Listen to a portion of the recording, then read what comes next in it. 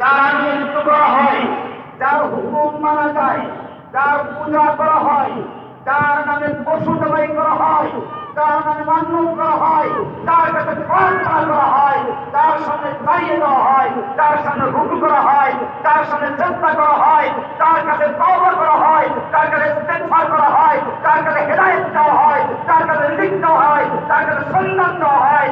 লা ইলাহা বলে, লা ইলাহা এমন কোন মাবুদ নেই, সন্তান দাতা নেই, রিজিক দাতা নেই, খাদ্য দাতা নেই। লা ইলাহা কোন আইন দাতা নেই, কোন বিধান দাতা নেই। লা ইলাহা কোন ক্ষমতার মালিক নেই, সব কিছু কাজ করে ইল্লাল্লাহ বলে শুধু একজনকে গ্রহণ করা, একজনকে।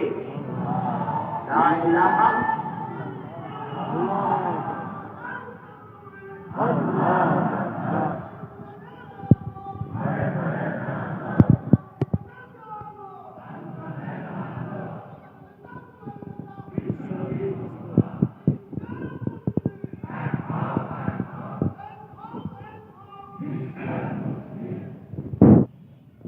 আমার একটা পুরাতন বিল্ডিং এর রং লা ইলাহা ইল্লাল্লাহ। তুমি লা ইলাহা ইল্লাল্লাহকে জেনে বুঝে নাও, পরে বুঝে শুনে সাক্ষ্য দাও। এই লা ইলাহা ইল্লাল্লাহর সাক্ষ্য দেওয়া